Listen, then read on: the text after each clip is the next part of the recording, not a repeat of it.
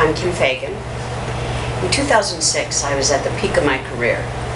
I'd been hired by a private developer out of Washington, D.C. to be sales and marketing coordinator for a new and exciting opportunity. This opportunity was created to tear down crime-infested, low-income housing units and reestablish a mixed-income neighborhood. Not only was I going to be helping families gain their dream of homeownership, but I was also going to be making more money than I ever planned. But in 2007, the housing market crashed.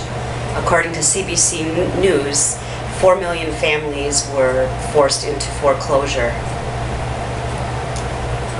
The nation went into recession. I lost my job. Fortunately, unlike so many people who were struggling during this time, I had been an NFCC certified credit counselor and knew how to create budgets, and I had a working budget at that time.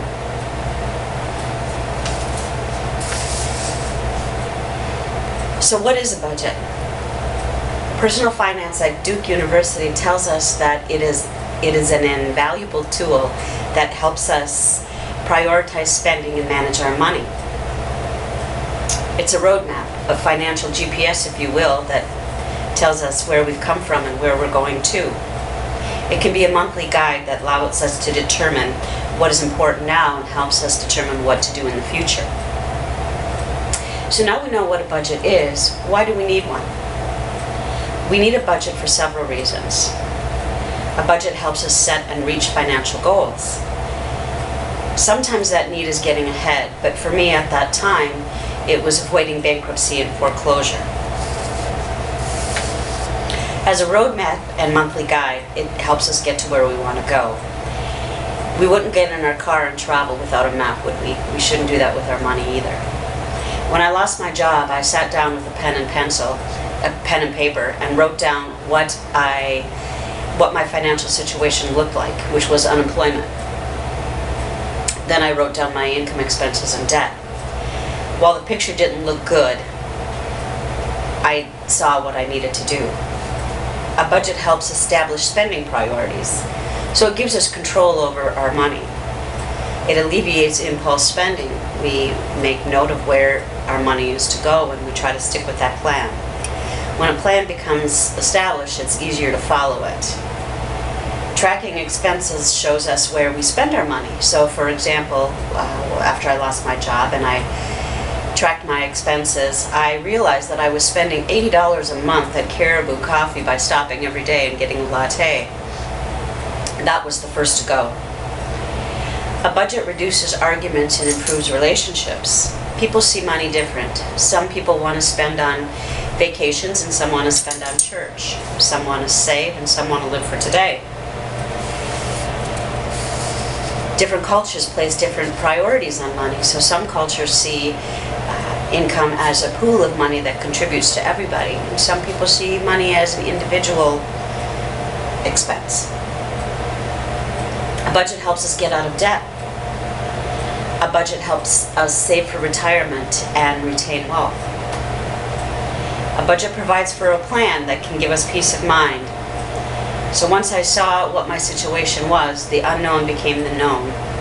It was a starting point for me. There are some things to keep in mind when you prepare your budget. Set realistic goals for yourself. You might want a luxury car, but you might have to stick with the car you already own, or maybe purchase a used car. At the time I got laid off, food and shelter were my priority. Once I increased my income by getting roommates, I knew I could go to the extras.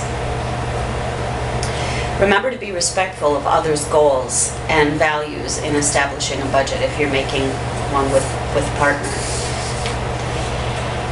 Also, everybody has a different motivation.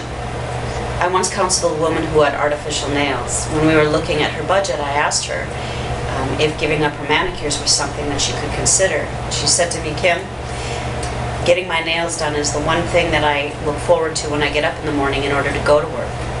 I respected that as her motivator, and she wound up getting herself out of debt and making it work for her. So make sure that you know your motivation. What are some roadblocks that prevent us from staying on track with our budget? Well, again, that motivation is very important. So for me, I'm a golfer, and I was golfing 18 holes a day twice a week, but when I'm living on unemployment, I couldn't do that. So I cut down to 9 holes every other week. That got me outside, got me a little exercise, motivated me to feel good about myself, and kept me going.